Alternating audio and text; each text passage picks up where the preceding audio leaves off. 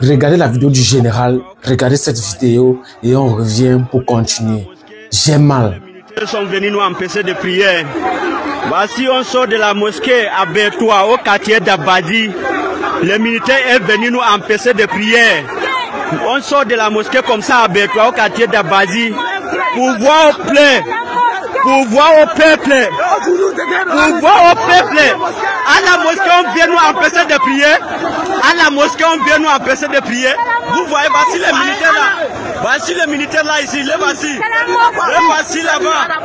Voici, ils ont même tiré. Voici les militaires qui viennent nous empêcher de prier. Voici les militaires qui nous empêchent de prier ici à Bertois. Regardez vous-même. On est où là? Voici la mosquée là. Voici la mosquée. Les militaires nous empêchent de prier à Bertois. On est où là? On est dans quel pays là? Ça c'est quoi ça? Voici les militaires là placés là-bas. En direct à Bertois. Sur mon quartier d'Abadi. Les militaires nous empêchent de prier. Les militaires nous empêchent de prier. Bonjour les enfants. C'est papa. Mon mur est un asile psychiatrique à ciel ouvert et ma salle d'attente est toujours bondée. Bienvenue à la clinique les enfants. Je vous le dis et je vous le dirai chaque jour. Chaque jour que nous passons en résistance nous rapproche un peu plus de notre victoire. Tout ce que vous voyez qui se passe aujourd'hui, nous en sommes les acteurs directs. Il n'y a rien qui se passe aujourd'hui qui ne fait pas partie du scénario de notre libération. Et chaque activité, chaque mécanisme, chaque moment est un élément qui fait partie de ce qui doit être fait du scénario intégral de la lutte pour notre libération. Voilà des gens qui sont dans la prière. Et c'est qui? Ce sont les militaires. Ils viennent quoi? Ils viennent les provoquer. Ils viennent les provoquer. Parce qu'en ce moment précis, le peuple ne doit pas être l'instrument d'une lutte de pouvoir à l'intérieur de sa propre lutte. Vous voyez par exemple cette manipulation qui existe aujourd'hui avec les forces de défense et de sécurité, les militaires. Cette opération psychologique, parce qu'on est toujours dans la manipulation psychologique. À un moment, vous avez des vidéos qui arrivent, les militaires sont là comme s'ils sont en train de calmer les gens. Ils font croire à la population que les militaires discutent avec les populations qui ne sont pas là pour... Et de l'autre côté, vous avez des militaires qui tirent à bout portant sur les gens. Est-ce que vous captez? Est-ce que vous captez la nuance?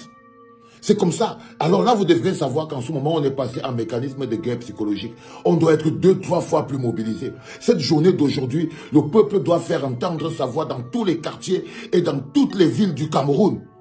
Je vous l'ai dit, c'est celui qui écrit et celui qui sait où il part, qui continue sa route.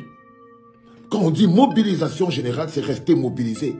C'est rester mobilisé parce que nous n'avons aucune raison de pouvoir faire marche arrière. Les militaires aujourd'hui, ils font ce qu'on appelle mener le peuple en bateau. Et c'est triste. Et c'est triste. Parce que une fois que le peuple est debout, rien ne peut plus le faire à soi. Même les Micmacs ne peuvent pas le faire à soi. Parce que quand vous voyez ces autres militaires qui sont là pour l'opération psychologique, vous avez vu dans ce podcast que j'ai passé aujourd'hui en journée et tout, il y en a même eu 2 et peut-être même 3. Oh, nous on ne connaît pas la politique. Oh, les gens même qui vous envoient dans la route, nous les habits qu'on porte, si c'est vous qui avez payé. Oh, patati, patata. C'est une opération de manipulation. C'est une opération de manipulation pour couvrir les vraies exactions.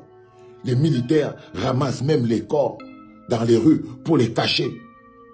Pour les cacher en ce moment précis, ils creusent des fosses communes. En ce moment précis, vous voyez, ils tirent sur des gens, ils ramassent des corps. Ils tirent sur des gens, ils ramassent des corps. Ils les ramassent, ils creusent des fosses communes. Ils creusent des fosses communes. Et entre-temps, vous avez ces autres militaires qui sont partagés sur les pages de Bruno Bidjan et de Ernest Obama et tout ça, patati. Vous payerez très cher, mes chers amis Bruno Bidjan et Ernest Obama.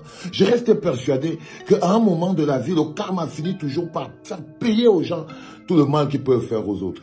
Alors c'est eux qui essayent toujours de vous faire croire que tout se passe bien et ils partagent ces images de manipulation psychologique qui sont là pour couvrir les vraies exactions qui sont en train de se passer en ce moment par la horde de militaires. Il y a une horde de militaires, ils fonctionnent comme les escadrons de la mort. Ils tirent dans le dos des citoyens.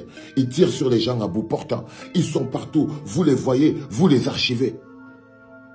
C'est pour ça que je vous dis, nous menons une bataille où les autres, leur détermination ne peut pas être plus grande que la nôtre. Leur envie de rester, de s'accrocher ne peut pas être plus grande que la nôtre. Quand nous avons vaincu la peur, nous sommes donc passés aujourd'hui au stade de peuple. Et aujourd'hui, ils entendront encore la voix du peuple. La voix du peuple doit gronder tous les jours, parce que chaque jour que nous passons en résistance est un jour qui nous rapproche un peu plus de la victoire.